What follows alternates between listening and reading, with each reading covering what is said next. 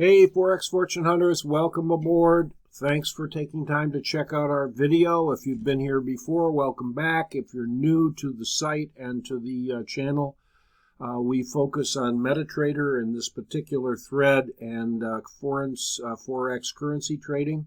In this particular video, I'd like to share with you some insights about our template Blaster. I'm going to give you some updates on some of the inputs we use with our 3 or 4 critical indicators, some of which are custom indicators that you can get. If you hang on, I'll show you in the details below this video how to sign up for them completely free. And number 2, we'd like to talk about the focus of the market on interest rates, and in particular the European interest rate that was raised this morning. And third of all, I'd like to talk to you a little bit in detail about how the U.S. pairs are calculated and displayed differently than the Japanese pairs. So, if that's of interest, please hang on to your hat, and we'll get started in a minute.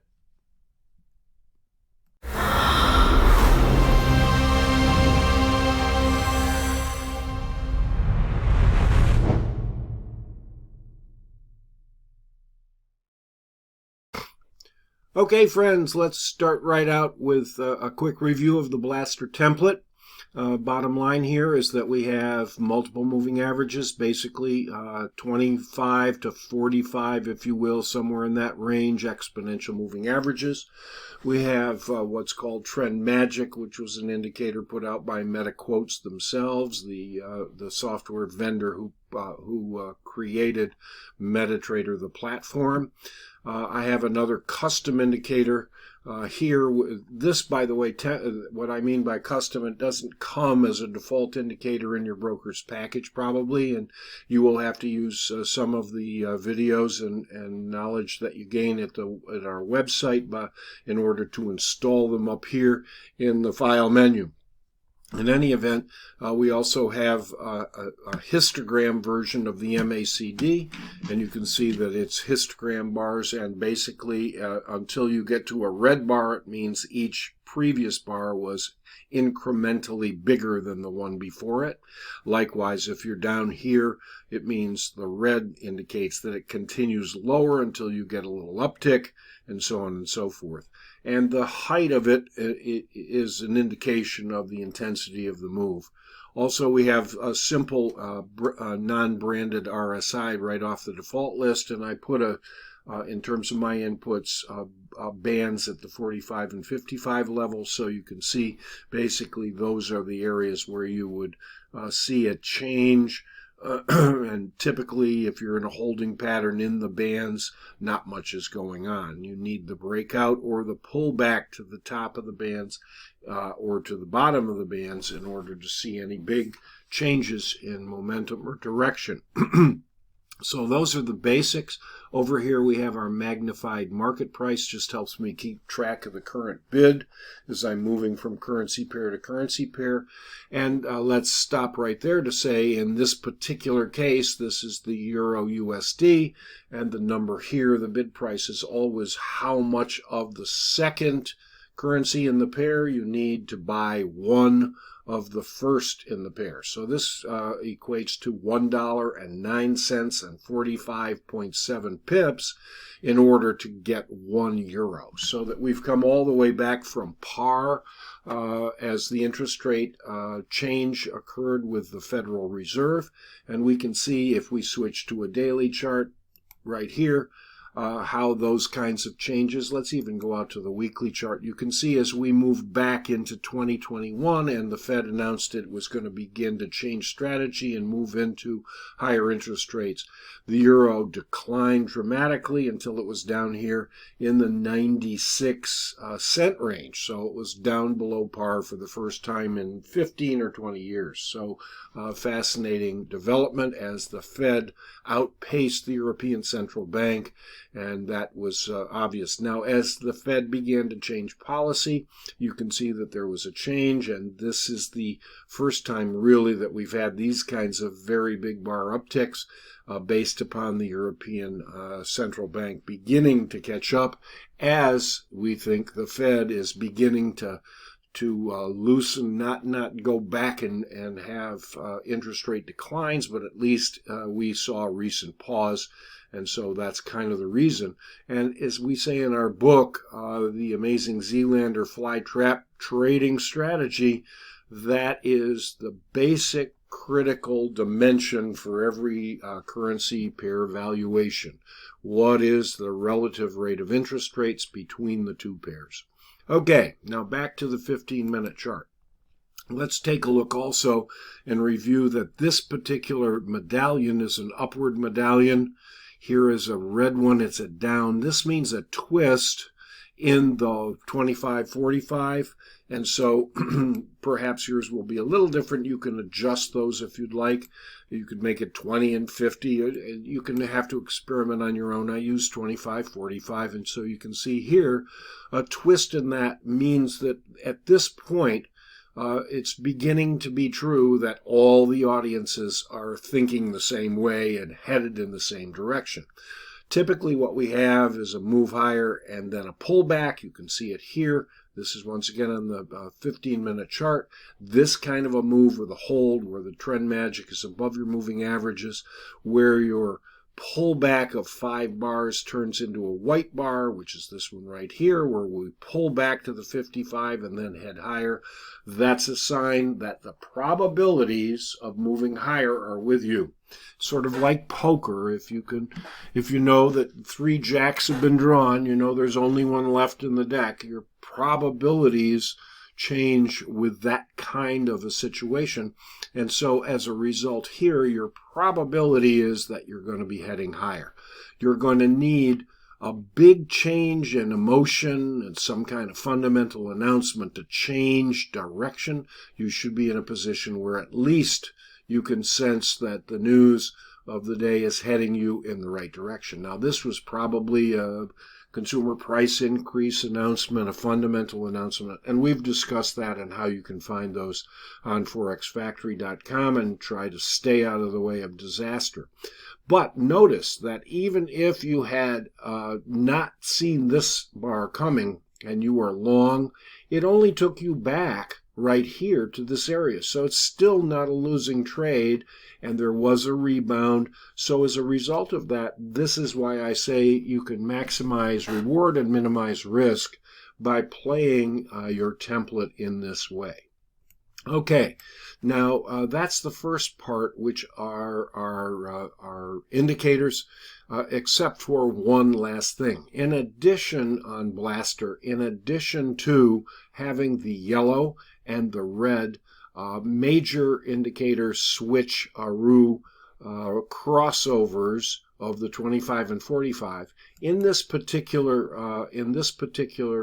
template, I've also added a second one. Let's see if we can find it here. There's moving average. This is the yellow and red one, so that's not correct. So let's go up and see. Here we go. Edit. Now notice here that we have white smoke and aqua. I've already got my moving averages on the chart, so I don't bother to color in these. But if we have our inputs, I've also added a 6 and a 12.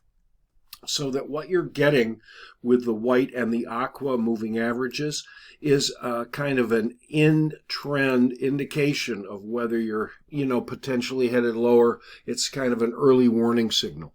Notice here that the blue aqua followed by the red, it didn't ever fall apart here because the up momentum is really quite strong in this trend on a longer term chart. But bottom line is you'd have to be a little careful.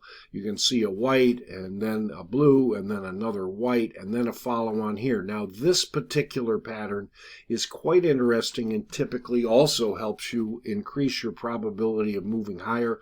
Blue down followed quite quickly by a rejection and then a retake of the 6 moving back up over the 12 so that then you're on your way. Let's see if we can find another example of that here. You can see this is also potentially an opportunity just for chop. You can see on this particular day we didn't have much going on in the Asian session. Here was our 9 o'clock indicator. This is 9 a.m. in the U.S. East Coast, which is basically 2 a.m. in Europe. taking into account not only the London Open at 3 a.m., but the Frankfurt action as well. You can see that until we got to that point, we really didn't have much action. Over here is another indicator. Now we've got here a down and then an up followed by a yellow. So it really works best when you have this up and then down. Notice here we get another fall off. So that's another thing you can add to your indicator if it isn't the template that you've gotten from me off of our Dropbox site. And you can simply add that specific additional Wilmot cross indicator, a second iteration of it, and use the 612. Okay, we'll take a break and then we'll come back and talk about the second issue, and that is the European versus the Japanese, the European US versus the Japanese pairs. Hang on. Okay, for this last quick section for you will be a review of how we make note of the yen versus any of the US dollar pairs. Notice here, this is the pound and the yen comparison. The Japanese yen is second in the currency pairing. So as a result, we're talking about yen here. 179.32 yen to buy a pound. Whereas if you were to take a look at the Euro JPY, it would be 153.62 pips of yen in order to buy 1 euro. If we back over here to the US JPY, it's the same thing, even though the dollar is involved, because we have here a yen pairing, which is the second in the currency pairing, is 140 yen, 0.27 pips at this particular moment in time to get involved with buying 1 US dollar.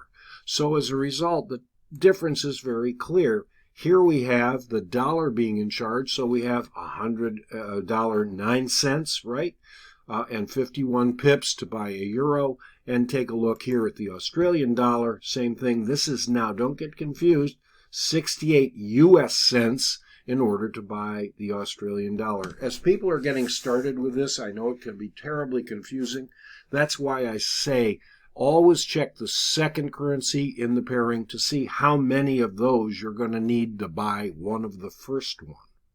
Okay, now the last thing I'd bring to your attention is that because the Japanese central bank has done so little to change any kind of banking strategy over the past years, really, kept their interest rates really low, sometimes even going into negative interest rates, I kind of consider that to be kind of the industry's common denominator.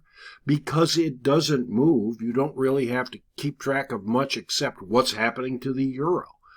So if the Japanese is the standard, it represents a 1 always, then all you have to do is worry about the euro. Now, over in the case of the euro versus the USD, you have to keep track because both central banks are actively competing with one another, both for currency dominance and so forth. You have to keep track of both sides of the equation, the European Central Bank and the U.S. Fed. Likewise, the Australian Central Bank, the Royal Bank of Australia, the New Zealand Central Bank, and so forth, the Bank of England, and they all have policy mavens, and really and true, you have to keep track of what's happening on two sets of fundamental announcements in order to enter your pairs. It's not a crisis, it's just something that if you'd like some simplification, then you're in a position where you might want to take a look at the pound yen. And rather than thinking of it as having a higher spread level, it's the one I tend to trade a lot simply because it's pretty easy to keep track of. Number two on this, notice that the pound and the yen tend to run with the U.S. stock market. Not a complete lock for sure, but my probabilities suggest that if I'm having an update on the market, here in the U.S., I'm probably going to see the pound and the yen move higher. So those are a few ideas for you to consider. I hope this video has been helpful. Please leave your questions and comments below. Give us a like if this has been helpful. Subscribe to the channel and hit the bell if you'd like a notification of future videos. Please, as I said, ask questions. If you have just begun, check out our gigs on Fiverr to help you navigate through Metatrader and see about adding custom indicators. If you'd like our custom indicators, you can send me an email through the link below this video to our fxfortunehunter.com website, and you can have them free of charge by downloading them from Dropbox. So, without further ado, great luck with your trading. Thanks a lot for watching, and see you next time.